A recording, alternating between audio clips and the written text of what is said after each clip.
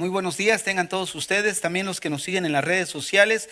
El día de hoy vamos a continuar con la serie El Sermón del Monte y el tema es un corazón limpio, un corazón limpio. Hermanos, la historia del hombre siempre ha sido de guerra tras guerra. Guerras desde que van del núcleo familiar, entre países o incluso hasta guerras mundiales.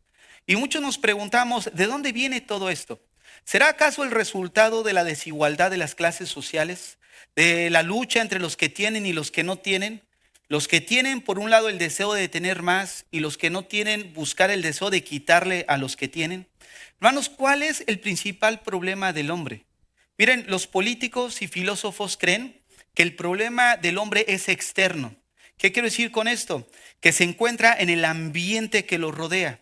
Creen que si se le proporciona un ambiente adecuado al hombre, con los elementos fundamentales y necesarios para su desarrollo, se terminarán todos los problemas y podremos vivir en una sociedad llena de armonía y de paz.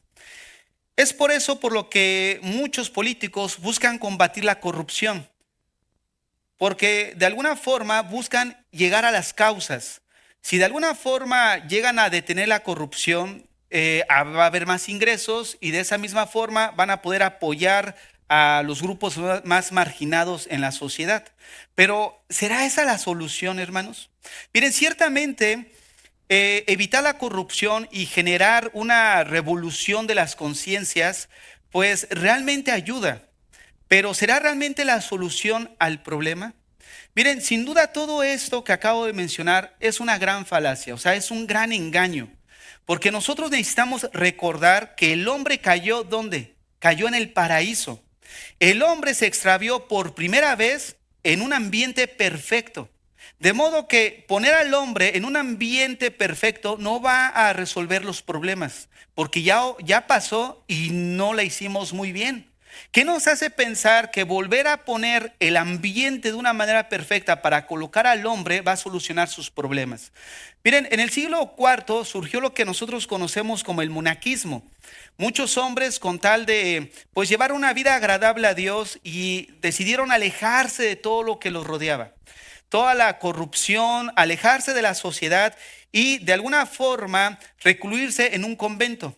Huyeron del ambiente malo y perverso que los rodeaba, solo para darse cuenta que estando ahí aislados del mundo, llevaban el mundo dentro de ellos. ¿Por qué? Porque el problema no es en el ambiente, en el exterior, el problema se encuentra en el interior. Es ahí donde apunta precisamente la Biblia, el problema del hombre. Vean lo que dice Mateo 12, verso 33. La Biblia dice que el problema del hombre se encuentra en su corazón, no en en el exterior, no es externo, es interno. Y es ahí precisamente donde la solución a la problemática del hombre no se encuentra en la política, no se encuentra en un partido político, no se encuentra en cambiar el ambiente, se encuentra en cambiar en el corazón. El día de hoy quiero hablarles de la religión versus el cristianismo, pero a través de este tema con un corazón limpio.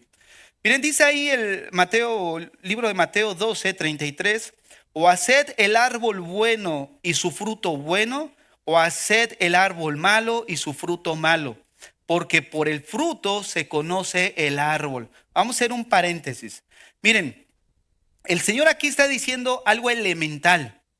Si tú vas a un de esos ahorita que viene el verano, ahí a recoger manzana y ves un árbol y pruebas una manzana, y sale podrida, bueno, dices, bueno, a lo mejor salió mal este fruto.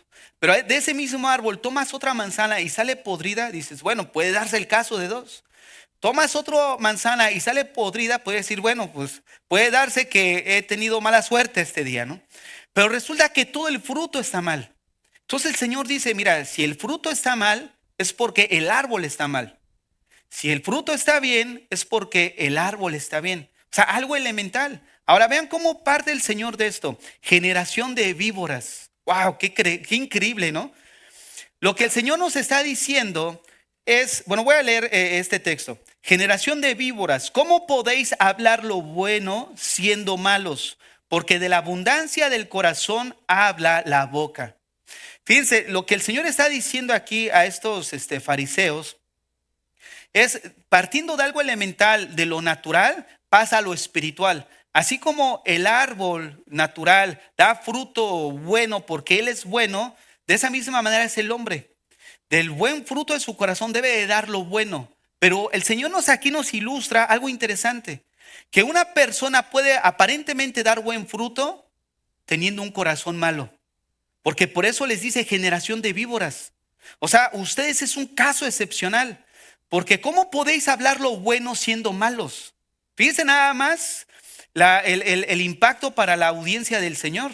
O sea, un árbol bueno da fruto bueno, un árbol malo da fruto malo. Pero tú aparentemente das fruto malo teniendo un corazón malo. O das un fruto bueno teniendo un corazón malo. Vean lo que dice el verso 35. El hombre bueno del buen tesoro del corazón saca buenas cosas. El hombre malo del mal tesoro saca malas cosas. Mas yo os digo que de toda palabra ociosa que hablen los hombres, de ella darán cuenta en el día del juicio. ¿Con quién estaba hablando? Estaba hablando con un grupo de fariseos. Y este grupo de fariseos se caracterizaba por ser religioso. Y es precisamente ahí el punto a lo que vamos a tratar el día de hoy. El hombre ha tratado de cubrir su perverso corazón con la religión. ¿No es cierto? Ellos aparentemente daban buen fruto, pero la raíz era mala. Ahora, ¿qué fruto estaban dando externamente? A través de actos religiosos, cuando en realidad ellos estaban mal. Dice, el hombre ha tratado de cubrir su perverso corazón a través de la religión, con prácticas legalistas, y de esa manera pretenden maquillar el estado de su corazón. Miren, inconscientemente el hombre busca siempre callar la culpa de su interior por las faltas que ha cometido. ¿Cómo? Bueno, va a la iglesia, da cosas, donando cosas, siendo altruista, dando al teletón. Pero un ejemplo de cómo buscamos precisamente callar la conciencia de la culpa que surge cuando sabemos que estamos mal es cuando un padre o una madre de alguna forma sabe que ha abandonado o ha descuidado a su hijo. ¿Qué es lo primero que hace? Busca gratificarlo con algo, ¿no es cierto? Porque sentimos, ¿para qué? Para sentirnos bien. Y eso mismo hace el hombre, va a la iglesia para sentirse bien, va a donar cosas, es altruista, pero eso es precisamente lo que hace la religión, cubrir el estado verdadero del corazón.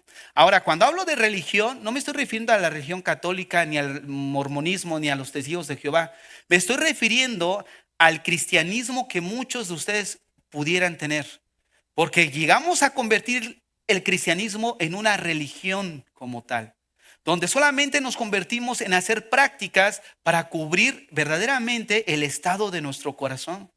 Ahora, la culpa precisamente de conciencia busca que gratificar con algo al niño o a la niña que de alguna forma nosotros como padres solemos descuidar. Por ejemplo, el marido que está siendo infiel, ¿qué hace? Le lleva flores a la esposa, ¿no? O sea, no es así algo general.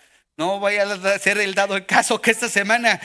No, de nunca te dan flores y ahorita dices, el Señor ya me dijo, ¿por qué me trajiste flores? No. Pero muchas veces ustedes me entienden a lo que me refiero, ¿no? Ahora, incluso, ¿no? El narcotraficante, ¿qué hacen los narcotraficantes? Dan donativos para construir iglesias, ¿no es cierto? Te portaste mal en la semana y ¿qué haces? Vienes a la iglesia, no faltas el domingo para calmar tu conciencia y sales creyendo que ya estás a mano con Dios. Eso es religión. ¿Por qué? Porque no habla de una relación. Miren, la religión busca cubrir realmente lo que somos por dentro. Vamos a tomar un pasaje bíblico para ilustrar lo que acabo de mencionar. Mateo capítulo 15, verso 1.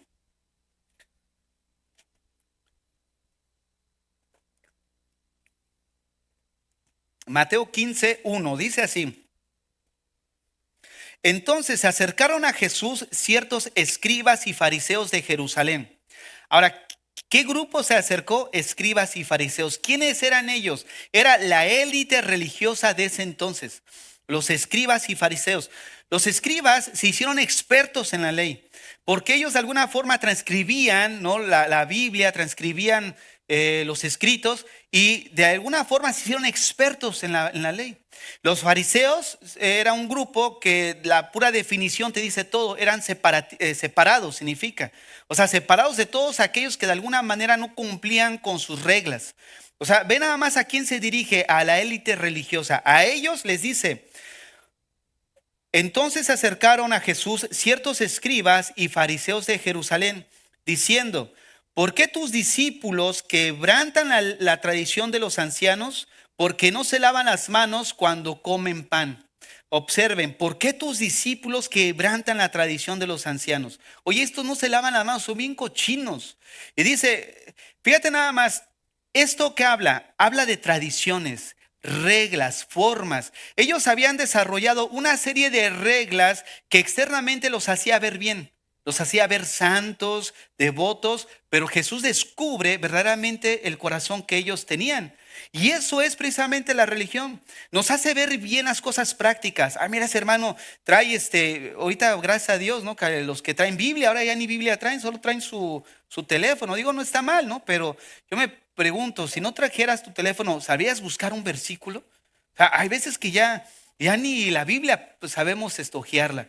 Pero a lo que voy en este tema es de que muchas veces estas prácticas, ¿no? De leer, de orar, nos hacen ver bien. De hecho, es lo que Jesús decía. Oye, no seas como los hipócritas que oran puestos de pie para ser visto por los demás. ¿Por qué? Porque de alguna forma estas prácticas hacen ver bien a la persona. Y eso es la religión. Solamente una cubierta externa para justificar realmente lo interior del corazón. Ahora, sigamos leyendo en el verso 3 de Mateo 15. Respondiendo él, o sea Jesús, les dijo: ¿Por qué también vosotros quebrantáis el mandamiento de Dios por vuestra tradición? Observen, la religión le da más valor a las prácticas que a los mandamientos. ¿No es cierto? O sea, hay lugares donde no puedes pararte aquí si no traes corbata. O sea, ya de plano. O sea, ustedes ven que siempre tenemos corbata, pero no por ese sentido, ¿no? O sea, realmente hay lugares donde sí es pecado predicar sin corbata. O es pecado pasar sin que te lave las manos. O es pecado leer la Biblia si no dices en el nombre del Padre, del Hijo y del Espíritu Santo. Formas nada más. Formas. Vamos a orar y todos se ponen de pie. Digo, entiendo que es por respeto, pero muchas veces algo bueno se transforma en algo nada más religioso, reglas nada más. Yo recuerdo que un pastor decía que daba testimonio de que un hijo de pastor dejó de ir a la iglesia y él preguntó: ¿y qué pasó con tu hijo? No, pues y se enteró después que el hijo estaba en su cama recostado y el papá llega y le dice: ya es hora de la iglesia. Dice: ¿qué haces? Sí, estoy orando. ¿Cómo? Dice, se rasgó el vestido, así que el saco. ¡Pah! ¿Por qué? Porque su hijo estaba orando acostado. Y que lo levanta de la cama y lo pone de rodillas. Dice, se ora de rodillas. O sea, esas son prácticas que nos de alguna forma aparentemente hace quedar bien delante de la gente, pero no refleja muchas veces el estado del corazón. Y ahí es donde viene el engaño. Donde aparentemente porque hacemos cosas que no son en sí mismo malas, sino al contrario, son cosas que reflejan o hace una persona piadosa, de alguna forma no nos damos cuenta que está maquillando el estado del corazón. La religión le da más valor a estas prácticas que a los mandamientos. Y aquí, hermanos, es donde se encuentra el engaño. Porque la religión hace pensar a la persona que está bien delante de Dios por lo que Él hace. Ahora observen que ninguna de estas prácticas apunta al verdadero problema. ¿Cuál es el problema que señaló el Señor en Mateo 13? El corazón. ¿No? Es el corazón donde salen los problemas. Si nosotros cambiamos el ambiente de la persona y le damos todo lo que de alguna manera requiere para tener un buen desarrollo y desempeño en la sociedad, tarde o temprano van a salir los problemas. ¿Por qué? Porque el corazón es egoísta, quiere más y más y más, ¿no? Y de alguna forma sale el estado del árbol, la raíz, que es el corazón malo. Ahora vamos a leer el verso 4. Porque Dios mandó diciendo: honra a tu padre y a tu madre, y el que maldiga al padre o a la madre muera irremisiblemente. Pero vosotros decís: cualquiera que diga a su padre o a su madre, es mi ofrenda a Dios, todo aquello con que pudiera ayudarte, ¿ya no ha de honrar a su padre o a su madre? Así habéis invalidado el mandamiento de Dios por vuestra tradición. Miren, qué situación tan trágica. Ellos eran una gente pudiente, de tal manera que el Señor les dice, mira, tú estás alegando de que los discípulos se están contaminando porque no se lavaron las manos, ¿no? O sea, dándole más valor a la tradición humana que a los mandamientos. Cuando tú estás violando los mandamientos por tu tradición, porque el mandamiento dice honra a tu padre y a tu madre, y honrar no solamente implica respeto, honrar significa ayuda económica, ¿no? Apoyarlos. Y ellos, ¿qué dije? Ellos sacaron reglas donde decía, si todo lo que tú tienes se lo dedicas a Dios, ya no puedes hacer uso de eso para ayudar a otra gente, pero sí puedes beneficiarte de lo que tú has dedicado a Dios. O sea que hacían reglas que de alguna forma eran beneficiosos ellos mismos, porque decían, bueno, mi papá o mi mamá necesita ayuda, pero no le puedo dar, porque lo que yo tengo ya se lo dediqué a Dios. Entonces el Señor dice, mira nada más cómo invalidáis el mandamiento de Dios. O sea, que la religión externamente nos hace ver bien, quebrantando muchas veces lo que el mandamiento de Dios y mostrando el verdadero estado del corazón.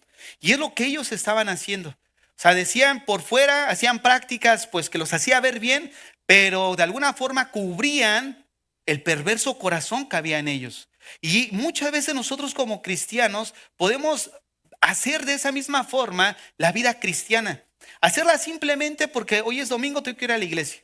Hoy es viernes, tengo que ir a la iglesia. Y hoy tengo que orar, tengo que leer. Y digo, no está mal. Pero estas prácticas no deben de ser usadas para cubrir o maquillar el estado de mi corazón, sino son el resultado natural de un corazón que ha sido cambiado por Dios. Un corazón que ha sido lavado por Dios. Entonces lo que ellos hacían parecía muy espiritual. Así es el engaño de la religión. Oran, leen la Biblia, ayudan y al hacer esto les da la sensación de estar bien con Dios, como los fariseos que pensaban que darle o dedicarle a Dios sus cosas ganaban el favor de Dios. Pero todo esto, hermanos, solo era maquillaje que ocultaba el verdadero estado de su corazón. Y Dios les, en este caso Jesús les llama hipócritas. Mira lo que dice el verso 7. El verso 7. Hipócritas, bien profetizó de vosotros Isaías cuando dijo, este pueblo de labios me honra, mas su corazón está lejos de mí, pues en vano me honran, enseñando como doctrinas mandamientos de hombres. Hermanos, estos eran actores profesionales, actores que maquillaban obviamente una personalidad piadosa, pero en realidad eran otra cosa en su corazón. Y es ahí donde viene el engaño que pudiéramos nosotros mismos caer dentro de la iglesia. Llegar a pensar que todo lo que hacemos implica, ya estoy a mano con Dios, pero realmente Dios conoce el corazón de nosotros. Y es ahí lo que Dios quiere tocar. Miren, vamos a seguir leyendo en el verso 10 de Mateo 15. Porque aquí vemos el verdadero problema del hombre. Verso 10, y llamando así a la multitud, les dijo, oíd y entended, no lo que entra en la boca contamina al hombre, mas lo que sale de la boca, esto contamina al hombre. Entonces, acercándose sus discípulos, le dijeron, ¿sabes que los fariseos se ofendieron cuando oyeron esta palabra? Observen, no lo que entra en la boca contamina al hombre, mas lo que sale, esto contamina al hombre. En el verso 13 dijimos que sale del corazón, en el capítulo 13 de Mateo. Y aquí en este Mateo 15, 12, observen ahora lo que comienza a decir el Señor. Entonces, acercándose sus discípulos, le dijeron, ¿sabes que los fariseos se ofendieron cuando oyeron esta palabra? Ahora, ¿qué hizo Jesús? Fue ahora sí que a seguir discutiendo sobre la cuestión. No. El único que dijo fue el verso 13, pero respondiendo él dijo, toda planta que no plantó mi Padre celestial será desarraigada. Dejadlos, son ciegos, guías de ciegos, y si el ciego guiare al ciego, ambos caerán en el hoyo. Fíjate nada más, por eso que cuando estábamos allá y me decían, pastor, ¿qué va a hacer? No, déjalos, ¿no? Sobre todo aquel que de alguna forma decía del menorá de 2 toneladas de oro puro, déjalos, son guías ciegos. No se sienten ofendidos, pero son guías ciegos. Y en los dos al final van a caer, hermanos. no están jugando con fuego, porque es el evangelio de Dios vivo, que está llevando a la condenación a mucha gente, ¿no? Y a los que están ahí. Entonces, imagínate nada más, el Señor nos pone aquí en perspectiva. Déjalos, son ciegos, guías de ciegos. Y si el ciego guiara al ciego, ambos caerán en el hoyo. Y déjenme decirles algo. Cuando alguien no acepta la verdad del evangelio, termina creyendo la maldad y el error. Es por eso que muchos de nosotros que pudiendo estar aquí en la iglesia, a veces decimos, oye, ¿cómo es posible que ahora estén los testigos de Jehová? ¿Cómo es posible que ahora está con los unicitarios? ¿Cómo es posible que ahora está allá? Porque al no aceptar la verdad, terminan creyendo el error. Ahora, el corazón del hombre nunca deja de adorar. O sea, o adoras a Dios o adoras otra cosa, pero siempre está adorando. Como decía Calvino, el corazón es una máquina de adoración, de fabricación de ídolos. Y así es, si adoran a Dios o adoran a un Dios ajeno. Verso 15. Respondiendo Pedro le dijo, explícanos esta parábola. Jesús dijo, ¿también vosotros aún son sin entendimiento? ¿No entendéis que todo lo que entra en la boca va al vientre y es echado en la letrina? Pero lo que sale de la boca, del corazón sale, y esto contamina al hombre. Ahora observen, ¿qué es lo que contamina al hombre? Lo que sale del corazón. Ese es el problema del hombre principal. Jesús aquí nos indica qué es lo que provoca los problemas interpersonales, lo que provocan los pleitos en el hogar, en donde surge la maldad para matar, para violar, para secuestrar, para robar. ¿De dónde sale? Del corazón. Vean lo que dice el verso 19. Porque del corazón salen los malos pensamientos, los homicidios, los adulterios, las fornicaciones, los hurtos, los falsos testimonios, las blasfemias.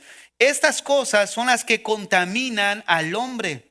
Fíjate, ¿dónde está la maldad según la Biblia? Dentro de nosotros, en nuestro corazón.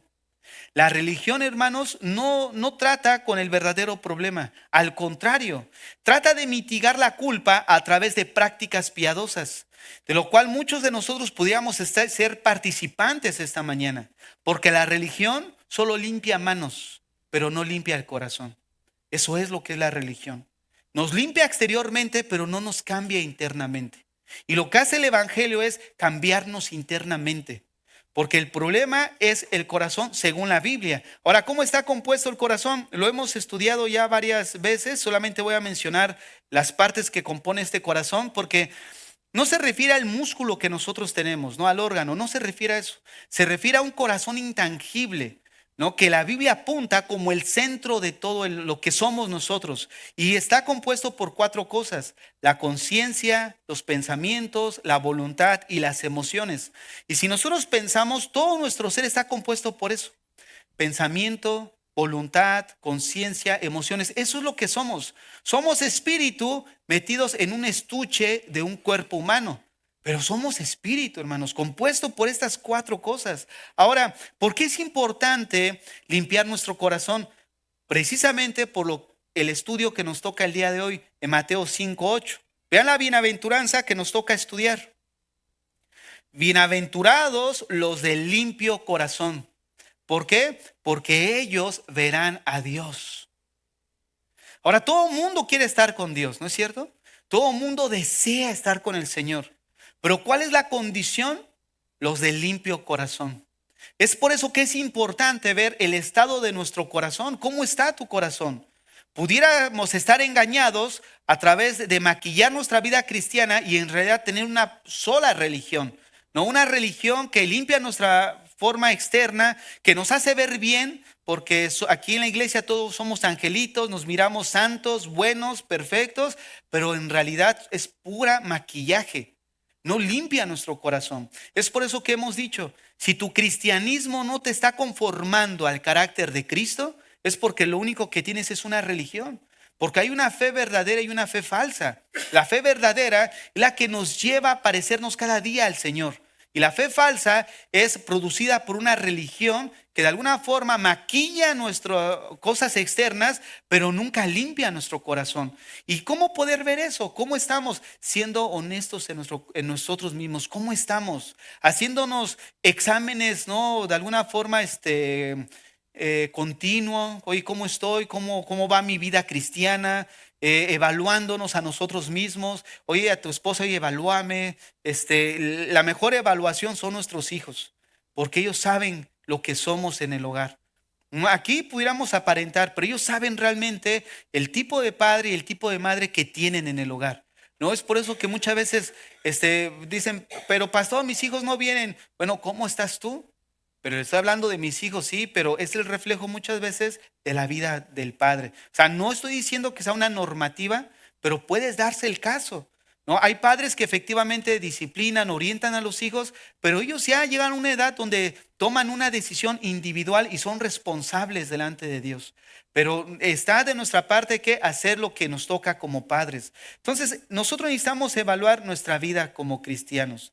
Ahora, el hombre ha creado la religión precisamente para llegar a unirse a Dios. La palabra religión viene de un término en latín que es religare, que la idea es unirse a Dios, pero a través del esfuerzo humano. O sea, es el esfuerzo humano para acercarse a Dios. Y el cristianismo no es así. Es la obra de Dios que nos acerca a Él a través del sacrificio de Cristo. Entonces vean las dos cosas distintas. La religión es el esfuerzo del hombre para acercarnos a Dios. Y el cristianismo es la obra de Dios a través de Cristo para acercarnos a Él, ¿no? Y son dos cosas distintas. Y muchas veces como cristianos, como que todavía tenemos esa inercia de la religión tradicional donde pensamos que necesitamos hacer algo para encontrar la salvación. Y una vez que encuentras la salvación, quieres hacer algo para mantenerla. Si no la pudiste conseguir por ti mismo, ¿tú crees que tenemos la capacidad para mantenerla? Hermanos, somos de alguna manera corruptos. A pesar de que obviamente Dios ha cambiado nuestro corazón, pero hay algo que no ha sido regenerado, que es nuestro cuerpo, que se va a llevar a cabo en la glorificación, que día a día luchamos, ¿no? Internamente, como Pablo decía en Romanos 7. Hay otra ley que queriendo hacer lo bueno no puedo. ¿Por qué? Porque me encuentro otra ley que me lleva, ¿no?, a hacer lo que de alguna forma desagrada a Dios. Y estamos en esa lucha como cristianos. Y es ahí un indicativo donde tú puedes ver si realmente eres creyente. ¿Qué tanto luchas? Porque miren, les voy a poner un ejemplo que escuché que se me hizo muy bueno. Supongamos que entra un lobo aquí a la iglesia. Y tú dijeras, pastor, hay un lobo. Pues oye, pues hay que cuidar a los niños, a los miembros, ¿no? Nos juntamos unos grupos de hermanos y agarramos al lobo y lo metemos en la jaula y lo metemos acá atrás en la oficina.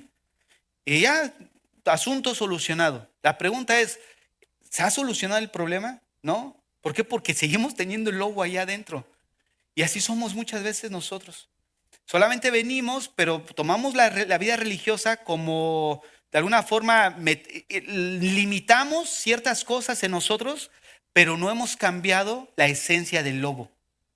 O sea, la religión muchas veces llega a formar dentro de una persona como una camisa que restringe de alguna forma pues una vida pecaminosa. Bueno, ya dejé de tomar, ya dejé de hacer tal cosa, pero ¿qué sucede cuando vas a un lugar donde no está la iglesia, donde no están los hermanos, donde estás solo y nadie te conoce? Es como si quitaras la jaula y sale realmente lo que somos. ¿No te has dado cuenta que muchos terminan retirándose no solo de esta, de cualquier iglesia, y dices, oye, están otra vez en el mundo? Pues porque simplemente la vida cristiana la tomaron como algo religioso, donde les restringió ciertamente ciertas cosas que no eran agradables a Dios, pero al final, tarde o temprano, sale la inclinación de su corazón, ¿no? O sea, a lo que realmente son. Y esto es lo que nosotros necesitamos evaluar en nuestras vidas. Miren, ¿qué nos hace cristianos? Venir a la iglesia, lo hemos dicho muchas veces, no nos hace cristianos. La vida cristiana es una obra sobrenatural de Dios donde hay un cambio de corazón. Ezequiel 36:26, un versículo que hemos leído constantemente, dice así: os daré corazón nuevo y pondré espíritu nuevo dentro de vosotros. Y quitaré de vuestra carne el corazón de piedra y os daré un corazón de carne. Ahora, ¿qué es esto? O sea, si el problema del corazón lo hemos dicho, si el problema es del corazón, hemos dicho, ¿qué es lo que hace Dios? Nos da un nuevo corazón. Pero la pregunta es, ¿cómo obtener un nuevo corazón? Miren lo que dice Juan 3:3. Juan 3:3. Porque este corazón de que habla Ezequiel es un corazón que solamente es engendrado de lo alto. Vean lo que dice Juan 3:3. Respondió Jesús y dijo, de cierto te digo, que el que no naciere de nuevo no puede ver el reino de Dios. Miren, esta palabra nacer de nuevo viene de un término que es genao, que significa engendrar, ser engendrado de lo alto. Y se usa de una manera metafórica para referirse al acto de gracia de Dios que transfiere vida a las personas que estábamos muertos espiritualmente. Pero, ¿cómo se hace esto? O sea, ¿cómo se lleva a cabo el ser engendrados de lo alto? ¿Cómo podemos nosotros ser engendrados por Dios? Les voy a dar un ejemplo. Vayamos a primera a los Corintios 4:15 para ver cómo se lleva a cabo esto, el ser engendrados, lo que dijo Jesús a Nicodemo. Te es necesario ser engendrado de lo alto. Primera a los Corintios 4:15. Miren lo que Pablo le dice. Porque aunque tengáis 10,000 años en Cristo, no tendréis muchos padres, pues en Cristo Jesús yo os engendré por medio del Evangelio. ¿Qué quiere decir esto? Miren, la palabra ayo aquí es un término que es pedagogos, que habla de un tutor. Es la misma palabra que es en Gálatas, que nos llevó, ¿no?, al Señor, ¿no?, la ley. Pero aquí lo que está refiriéndose Pablo es de que la iglesia de los Corintios tenían muchos maestros. Estaba Apolos, llegaba Timoteo, pero de todos estos maestros que él tenía, ¿quién era el que se puede decir, los llevó al evangelio? Fue Pablo. Fue Pablo el fundador de esta iglesia en Corinto. Ahora, ¿cómo es que se llevó a cabo esta conversión en ellos? Lo dice ahí el texto. Los engendré por medio del evangelio. O sea que es el evangelio el único medio dado por Dios para producir en la vida de las personas este nuevo corazón. Y si vienes a la iglesia y no te dan el evangelio, ¿qué es lo que están produciendo en la gente? Nada. Seguidores nada más. Personas que están siendo motivadas nada más, pero nunca vemos vidas transformadas. Solo el evangelio puede cambiar el corazón. Y si cambiamos el corazón, entonces el árbol pasa de ser malo a ser un árbol bueno. Y el fruto que esperamos, ¿cuál es? Frutos buenos. Eso es lo que produce el evangelio. Por eso Pablo aquí está diciendo, os engendré por medio del evangelio.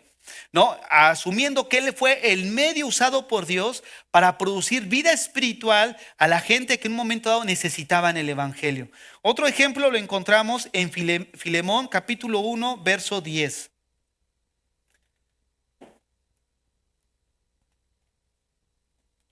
Filemón, verso 1, versículo 10. Vean lo que dice. Te ruego por mi hijo Onésimo, a quien engendré en mis prisiones. Fíjate, te ruego por mi hijo Onésimo, a quien engendré en mis prisiones. O sea, es la misma idea. Resulta que Pablo estaba en la prisión y se encontró con este Onésimo. Y resulta que tenían un amigo en común que era Filemón, pero lo más seguro es que Onésimo fue un mal siervo, ¿no? De alguna forma ha de haber hecho algo a Filemón y él salió huyendo. Se encontraron en la prisión con Pablo, Pablo le predica el evangelio, se convierte Onésimo y lo regresa con Filemón. O sea, esa es la historia, pero el asunto aquí es cómo es que Onésimo encontró la salvación a través del evangelio. Si vamos nosotros a primera carta de Pedro, capítulo 1, 23, primera de Pedro 1, 23, vean lo que dice.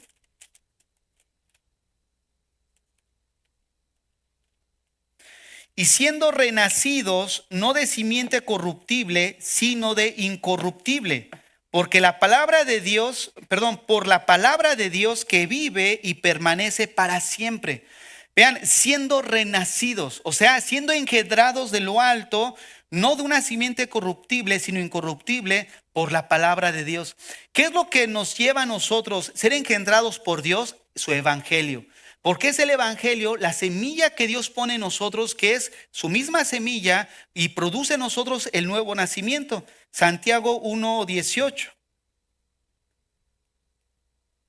Santiago 1:18.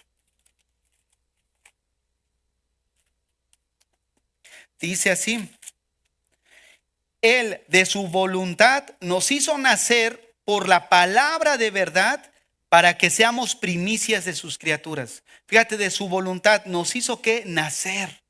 Ahora, ¿cuál es el evangelio, hermanos? Miren, muchas veces lo hemos dicho, el evangelio no comienza con las buenas noticias, ¿no? Que Dios quiere amarte. Miren, apenas este fin de semana escuché un cantante cristiano muy famoso de un grupo que estaba pegando mucho.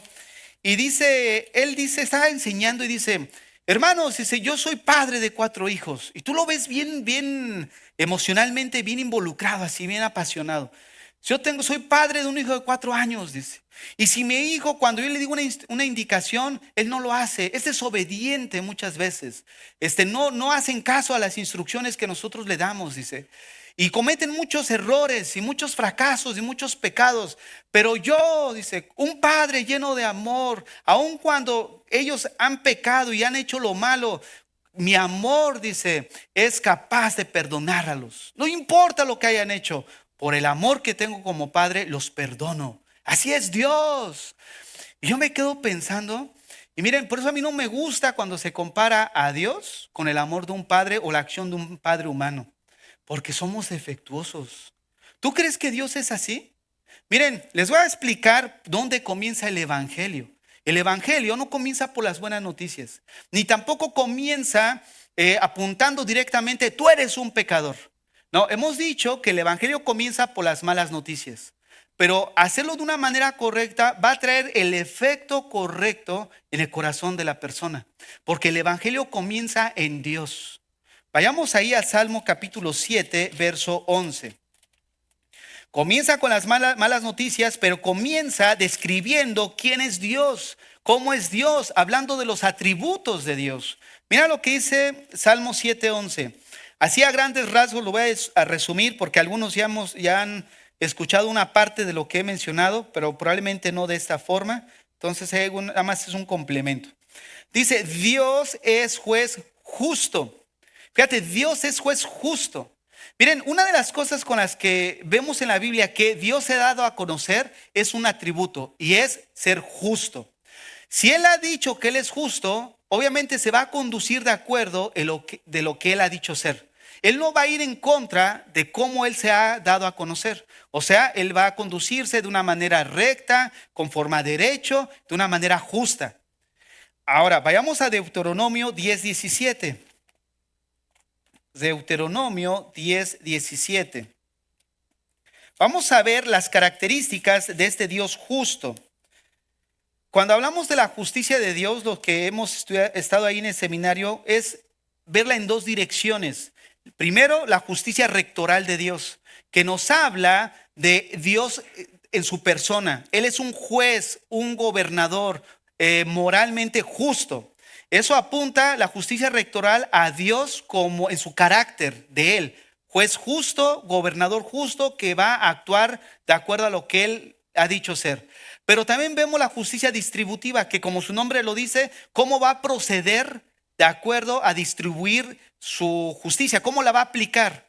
Bendición a través de la obediencia, juicio y condenación a través de la desobediencia. Pero vean el carácter de este Dios justo en Deuteronomio 10:17. Porque Jehová vuestro Dios es Dios de dioses y Señor de señores, Dios grande, poderoso y temible, que no hace acepción de personas, o sea, no hace diferencia. Cuando estamos aquí ante un juez terrenal, el juez hace acepción. Bueno, si tiene más posibilidades económicas, pues nos inclinamos el fallo hacia él. Y le damos ahora sí que el fallo y bueno, pobre el que no tiene. Pero dice aquí la Biblia que Dios no hace acepción de personas, ni toma cohecho. O sea que cohecho es toma soborno.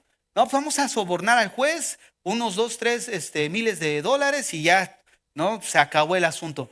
La Biblia describe a Dios como un Dios justo, que no acepta cohecho ni soborno y que también no hace acepción de personas. Ahora pensemos en lo siguiente. Si la Biblia describe a Dios así, ¿dónde va a quedar el hombre? Porque nosotros somos diametralmente lo opuesto a lo que Él es.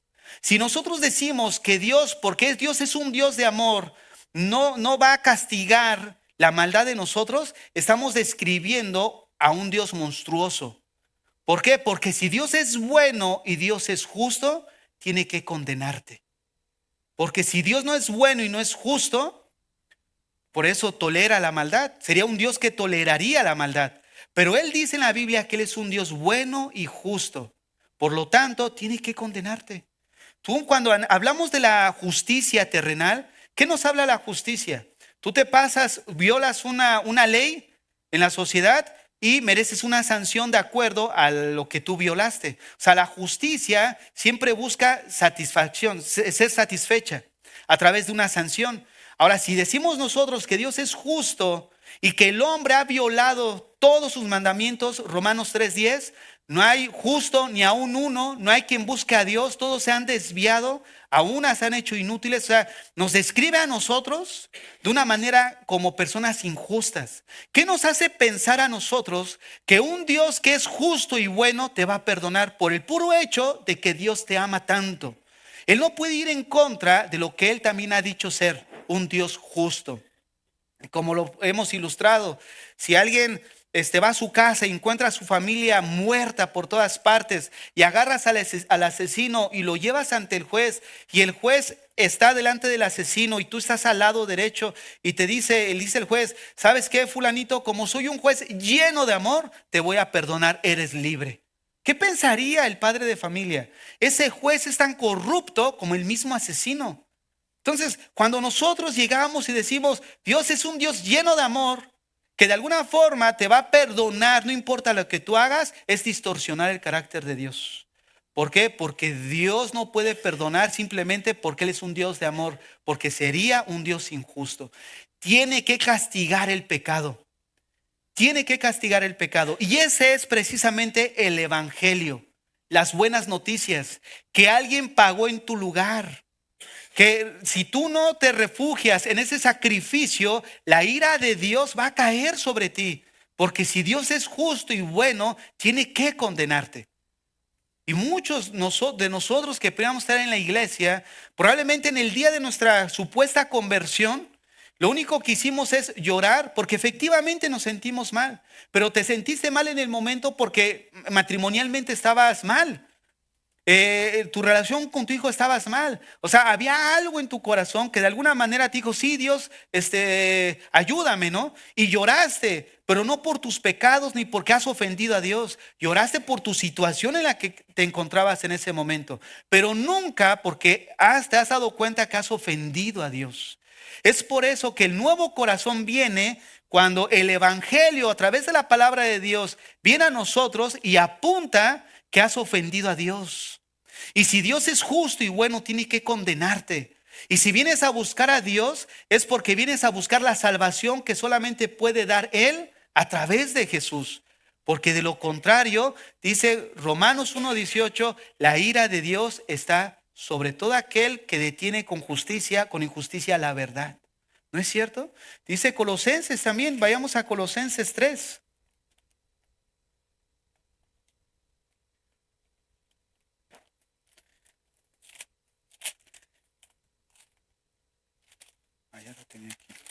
Colosenses 3, verso 5. Haced morir pues lo terrenal en vosotros: fornicación, impureza, pasiones desordenadas, malos deseos, avaricia, que es idolatría, cosas por las cuales la ira de Dios viene sobre los hijos de desobediencia. O sea que no es cierto que, no, pues como yo soy un padre amoroso, yo perdono a mi hijo y así es Dios. No, aquí dice haced morir. O sea, miren, el llamado en el sentido de que el perdón de Dios está abierto, no importa el estado en el que estás, pero no te deja igual. No puedes seguir teniendo una relación con Dios y seguir llevando una vida inmoral como la llevábamos antes. ¿Por qué? Porque el amor de Dios sí es condicional.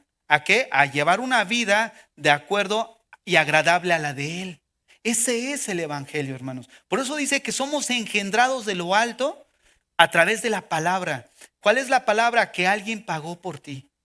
¿No? Que hace 2000 años alguien vino y murió, tomó tu lugar, absorbió la ira de Dios, la quitó de nosotros para absorberla hacia su persona, y nuestros pecados fueron castigados en la persona de Cristo. Pero la ira de Dios sí fue satisfecha, sí fue derramada. Ahora, ahí es donde muchos que no proceden al arrepentimiento van a recibir la ira de Dios sobre ellos. La ira de Dios. Se puede decir, la ira de Dios así manifestada es el lago de fuego. Eternamente van a ser condenados. Imagínate nada más, el hombre no puede alcanzar su expiación por él mismo.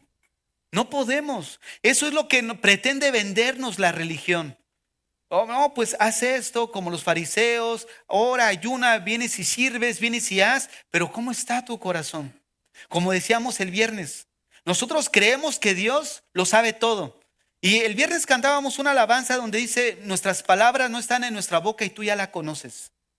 Pero fíjate cómo muchas veces como cristianos nos llenamos de un conocimiento intelectual nada más, porque sabemos que Dios lo sabe todo. Y no tenemos temor en nuestro corazón de tener una mujer que no es tu esposa, de tener un hombre que no es tu esposo, de pensar mal de la hermana que está a tu lado, del hermano que está a tu lado. ¿Cómo puedes? ¿Cómo podemos nosotros pensar mal del hermano que viene a la iglesia y seguir y pretender levantar las manos? Por eso el Señor dijo, hipócritas. No, sí, es lo que dijo, hipócritas. ¿Por qué? Porque eso es lo que hace la religión cristiana. Entiéndase que no es una religión, pero convertimos el cristianismo en una religión. ¿Por qué? Porque nos hace ver bien. Levantamos las manos y el Señor sabe lo que hay en tu corazón. No, el Señor sabe lo que hay en tu mente. Y es ahí donde nosotros solamente hicimos del cristianismo una religión, porque no nos está conformando al carácter de Dios. Y la obra que hace Dios sobrenatural, ser engendrados de lo alto, es tocar nuestro corazón, transformar nuestras vidas, y de alguna manera no llevamos una vida perfecta ahora, pero sí llevamos una vida donde todas las noches estamos, Señor, perdóname. Porque yo sé que no hice bien lo que hice, pero aquí estoy, lávame, límpiame, y continuamos nuestra vida cristiana. Pero no estamos con una conciencia cauterizada donde pasan ya los años y sigues en el mismo hueco, en el mismo lugar. ¿No? ¿Por qué? Porque lo único que muchas veces manifestamos es una religiosidad. Y nosotros como cristianos entramos a una vida de comunión con el Hijo de Dios. Fíjate, como les comentaba la vez pasada, si venimos y alguien dice, pastor, se me hizo tarde porque venía a la 40 y un autobús nos impactó el carro. Y 2, 3 vueltas y dimos, y bueno, en lo que se llevó la grúa del carro, por aquí estamos. Y yo te veo así como si nada tuvieras. Yo dije, me está engañando. O está como aquel que decía que Dios le dijo, el padre le había dicho que iba a hacer un menorá de 2 toneladas de oro puro, de piedras preciosas y todo, y más cosas. Y nosotros así, wow. Y el otro pastor decía, qué tremendo, hermano. ¿No? Y todavía me dice, y lo voy a invitar a predicar. Y le dije, órale, pero me invitas a predicar. Quiero ir a ver eso, ¿no? Y hermanos, ¿te imaginas que alguien dijera eso? Me embistió un camión. ¿Por qué? Porque si un camión te embiste a cierta velocidad y tu carro gira, no quedas dañado físicamente. Ahora, ¿cómo podemos decir que hemos tenido un encuentro con el Hijo de Dios, con el Creador del universo, y seguir siendo las mismas personas? Si tuvimos un encuentro con el Hijo de Dios, el Creador del universo, se va a manifestar. ¿A través de qué? De una vida transformada, un corazón limpio. Bienaventurados los de limpio corazón, porque ellos verán a Dios. ¿Quieres venir a entrar a la presencia de Dios? Asegurémonos que tenemos un nuevo corazón, un corazón limpio en el que ha sido transformado por Dios. Algo que la religión no puede hacer. La religión lava las manos externamente, pero nunca lavará el corazón. Solamente el Hijo de Dios. Cierra tus ojos ahí donde estás. Así con tus ojos cerrados, no te distraigas. En esta mañana que estamos aquí reunidos, probablemente haya alguno o dos o varias personas que viven todavía en sus delitos y pecados, que han creído que una religión los va a salvar, que han creído que porque son buenas personas van a alcanzar el perdón de Dios. A Dios no lo podemos engañar. Dios es un Señor que mira desde lo alto, observa nuestro corazón y nuestra conducta. Y Él ha visto muchas veces cómo maquillamos nuestra vida espiritual. Pero Él conoce el estado de tu corazón. Si tú mueres en ese estado, ¿estás seguro que vas a estar con el Señor? ¿Estás seguro que vas a entrar a la presencia de Dios? La Biblia es muy clara. Dichosos, felices, bienaventurados los del limpio corazón, porque ellos verán a Dios. ¿Tienes un corazón nuevo, cambiado? ¿Has sido engendrado de lo alto por el poder del Evangelio? ¿O solamente has entrado a una estructura religiosa, a prácticas que te hacen ver bien externamente, pero que nunca han lavado tu corazón? Si esta mañana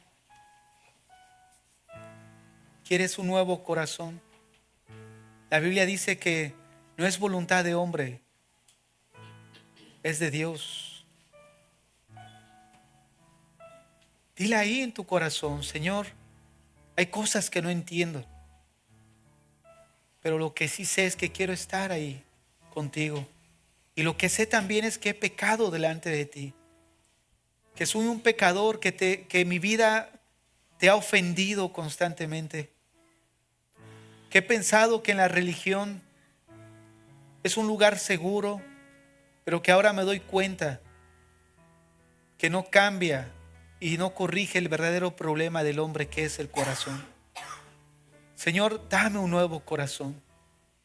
Señor, un corazón que ame, un corazón que perdone, un corazón, Señor, que se ha engendrado de lo alto, para poder externamente, Señor, dar frutos genuinos de un corazón nuevo, Señor. Y no ser un hipócrita religioso. Señor, tú conoces el estado de mi corazón. Tú sabes realmente lo que hay en mi vida, Señor. En esta mañana te ruego que limpies mi corazón. Señor, limpia mis pensamientos. Haz sensible otra vez mi conciencia delante de ti. Que mi voluntad, Señor, busque guardar tus mandamientos. Que mis emociones, Señor, se alineen a tus principios bíblicos.